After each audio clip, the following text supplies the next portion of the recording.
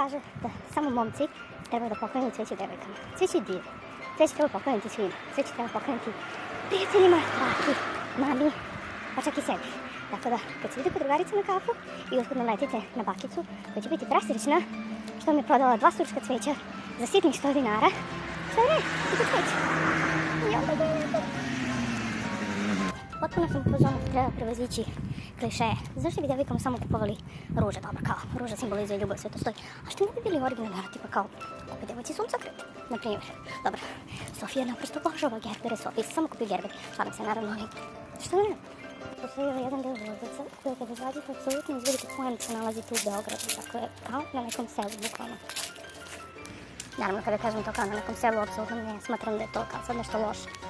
Što više smatram da je to super, ono kao ne odeš na nekih pola sata od svoje kuće, a u potpunosti se nalaziš u nekom drugom ambijentu i skloniš se i od saobraćaja, i od galame, i od sirena, urlanja, gareži, tako dalje. Povrh svega mirišeš cvijećem. Suncokret.